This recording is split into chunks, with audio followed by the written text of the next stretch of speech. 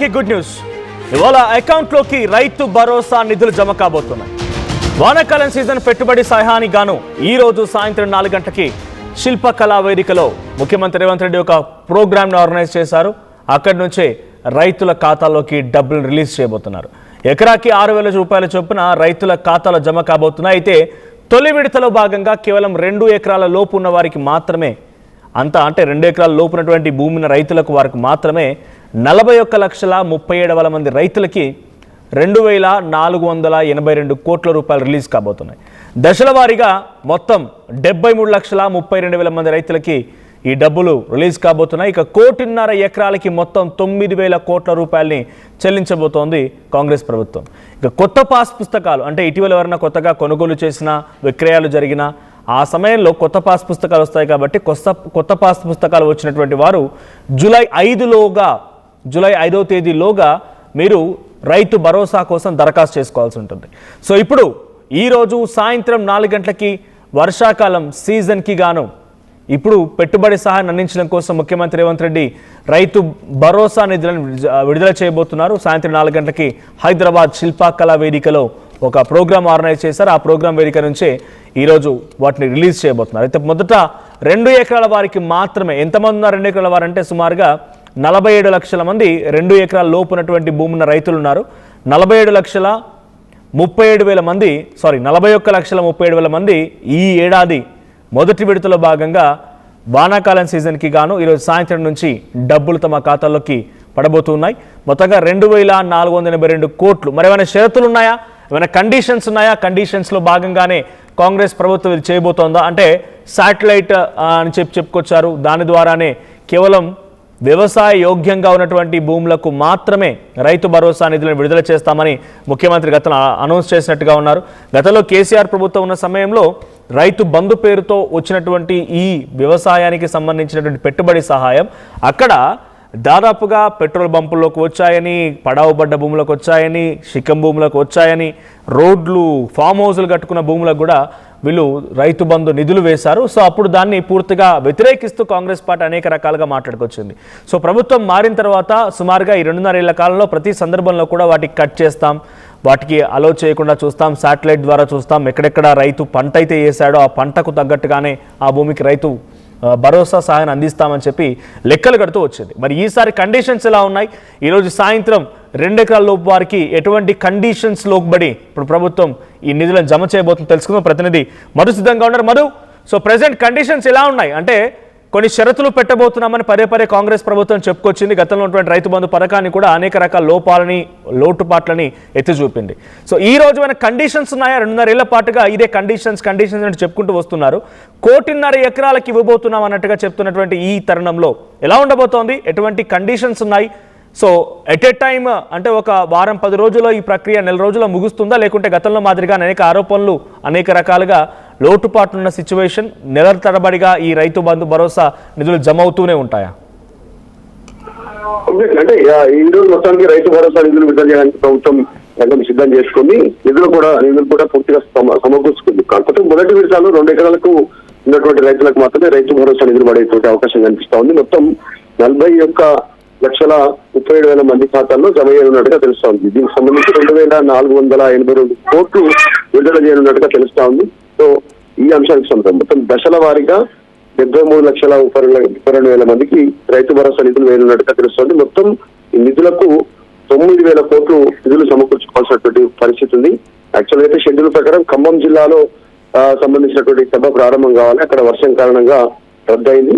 దానిలో భాగంగా ఈరోజు హైదరాబాద్ శిల్పకళా వేదికలో ఈ రైతు భరోసా నిధుల విడుదలకు సంబంధించి కార్యక్రమాన్ని ఏర్పాటు చేశారు. ముఖ్యమంత్రి చేతుల మీదుగా ఈ కార్యక్రమం స్టార్ట్ అవుతుంది.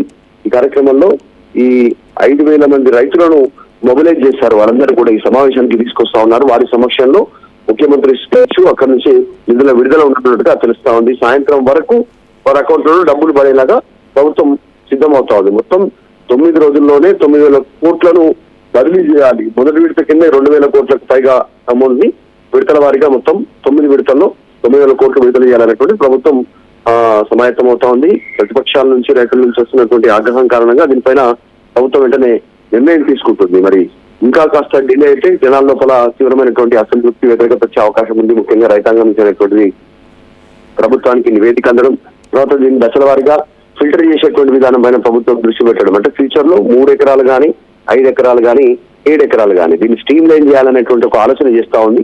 ఇంకా కసరత్తు చేస్తా ఉంది. ఇంకా పూర్తి స్థాయిలో ఒక క్లారిటీ రాలేదు. సో త్వరలోనే దీనిపైన ఒక క్లారిటీ వచ్చే అవకాశం ఉంది. Thank you Madhu. సో మొత్తంగా గతంలో 2024-25 ఈ 2 సంవత్సరాలు అంటే 2024 నుంచి 25 ఈ జూన్లో మొదలైపోయి మనకు మార్చి కల్లా 2 సీజన్లు లేకపోతే ఏప్రిల్ కల్లా 2 సీజన్లు అయిపోతాయి. కాబట్టి ఈ సీజన్ వరకు చూసుకుంటే అప్పుడు వచ్చినటువంటి రైతు భరోసా నిధులు ఎంతమంది రైతులకు వెళ్ళాయంటే 65 లక్షలు, సుమారుగా 64,75,000 మందికి రైతు భరోసా వెళ్ళింది. సో ఇప్పుడు ఉన్న అంచనా ప్రకారంగా 70 లక్షలు చేరింది. ఆ సంఖ్య 70 లక్షలు చేరింది. దాంట్లో మొత్తంగా 1,50,00,000 ఎకరాలు ఉన్నాయనుకున్నప్పుడు గత సంవత్సరం నాడు 1,11,49,534 ఎకరాలకి రైతు భరోసా నిధులు విడుదలయ్యాయంటే గవర్నమెంట్ అఫీషియల్ లెక్కలు చెప్తున్నాయి. సో దీంట్లో మీకు ఎంతమందికి రైతు భరోసా చేరింది, మీకున్న అనుమానాలు, సందేహాలు ఏంటి? సో మీకు రైతు భరోసా వచ్చిందా లేదా? గత యాసంగిలో రైతు భరోసాని మీకు విడుదల చేస్తారా లేదా? సో మీకున్న అభిప్రాయం ఏంటి? రైతులు ముఖ్యంగా కామెంట్ చేయండి. So at the same time ఇప్పుడున్న సిచ్యువేషన్లో అత్యధికంగా రైతు భరోసా నిధులు వెళ్తున్నటువంటి జిల్లా ఇటు ఖమ్మం జిల్లా 2,10,000 మంది, అతను నల్గొండలో 2,80,000 మంది. సో 2,80,000 నల్గొండ జిల్లాలో అత్యధికంగా ఉన్నటువంటి రైతులు 2,80,000 మందికి రైతు భరోసా నిధులు అందుతూ ఉన్నాయి. దాంట్లో అత్యధికంగా సాగు విస్తీర్ణ విషయానికి వస్తే రూపాయలు ఎన్ని కోట్లు వెళ్తున్నాయి, ఏ రకంగా ఉందనే సిచ్యువేషన్ కనుక చూస్తే సో నల్గొండ జిల్లాకే 1,080 కోట్లు, అంటే 1,080 కోట్లు నల్గొండ జిల్లాలకే వెచ్చించాల్సి ఉంటుంది రైతు భరోసాకు సంబంధించిన నిధుల విషయంలో. ఈ మాదిరిగా ప్రతి జిల్లాలో కూడా ఇదే రకంగా ఉండబోతోంది. సో హైయెస్ట్ నల్గొండ జిల్లా, అండ్ దీంట్లో లీస్ట్ వచ్చేసి మేడ్చల్ జిల్లా కేవలం 180 కోట్లు మాత్రమే. సో మేడ్చల్ జిల్లా ఎక్కువగా అక్కడ రైతులు పండించేది కూరగాయలు.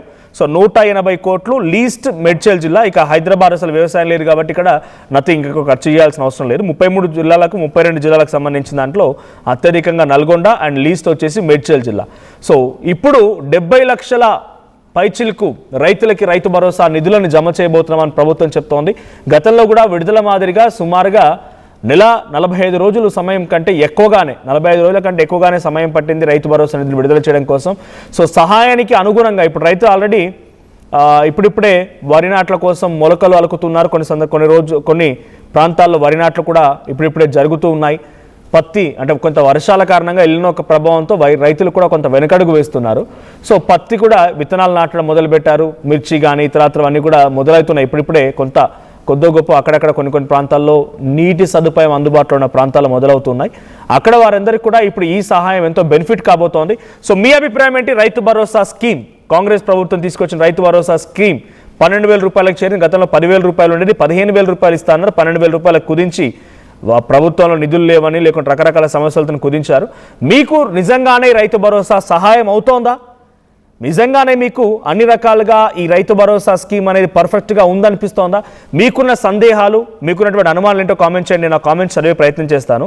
సో చాలామంది కూడా రైతు భరోసా అనగానే కొంతమందికి వస్తుందని, కొంతమందికి రావట్లేదని, లేకపోతే అనుకున్న సమయంలో రావట్లేదని, గతంలో అయితే ఈ ప్రభుత్వం వచ్చిన తర్వాత 2.5 ఏళ్ల కాలంగా ఆలస్యం అవుతుందని రకరకాలుగా చెప్పుకొచ్చారు. సో రైతులుగా మీకున్నటువంటి సమస్యలు ఏంటి? At the same time Congress party ప్రభుత్వం రైతు పక్షపాతి ప్రభుత్వంగా, రైతుల పట్ల ప్రేమ ఉన్నటువంటి ప్రభుత్వంగా వ్యవహరిస్తోందా? మీ అభిప్రాయాన్ని కామెంట్ చేయండి.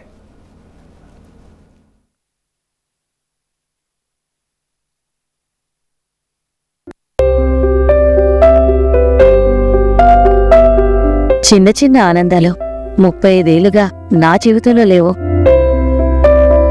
35 ఏళ్లుగా నేను డైపర్లలో బ్రతికాను. 6 సెంటీమీటర్ల ఫిస్టులా నా మూత్రాశయంలో లీకు కారణమైంది. ఎవరూ నాకు సహాయం చేయలేకపోయారు. ఏఐఎన్యూలో వైద్యులను కలిసే వరకు. అక్కడ వారు రోబోటిక్ శస్త్రచికిత్సతో నాకు పరిష్కారం ఇచ్చారు. వారు నా ఆత్మవిశ్వాసాన్ని కూడా తిరిగిచ్చారు. Precision Care makes it possible. The Center for Robotic Surgery at AINU. జలుబు తలనొప్పి ఒళ్ళు నొప్పుల నుంచి ఉపశమనం శాస్త్రీ బామ్. జలుబు తలనొప్పి ఒళ్ళు నొప్పుల నుండి ఉపశమనం శాస్త్రీ బామ్ ఇప్పుడు 5 రూపాయల ప్యాక్ లో కూడా. టోర్నమెంట్ కి ముందు పెయింట్ ఎలా చేస్తా?